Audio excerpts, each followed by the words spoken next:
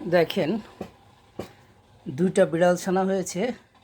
বিড়াল ছানা কিন্তু জন্মগ্রহণ করার পরই তারা কিন্তু চোখে দেখে না, চোখ ফুটতে একটু সময় লাগে। দেখেন, তার মায়ের দুধ খাওয়ার জন্য দুজন যুদ্ধ করছে।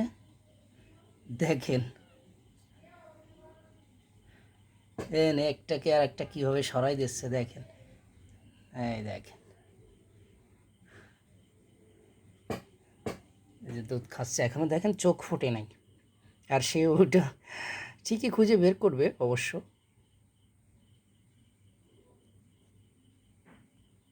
দেখেন, ওইটা এখনও তার মায়ের দুধ খুঁজে পায় নাই, আর সে খাচ্ছে।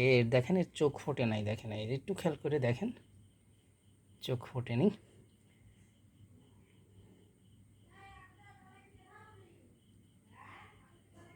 দেখেন,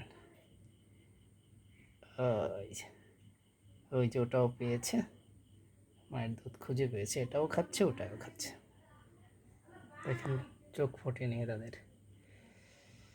একমাত্র আমার মনে হয় বিড়ালের বাচ্চা জন্ম হওয়ার পরেই সম্ভবত চোখ ফোটে না।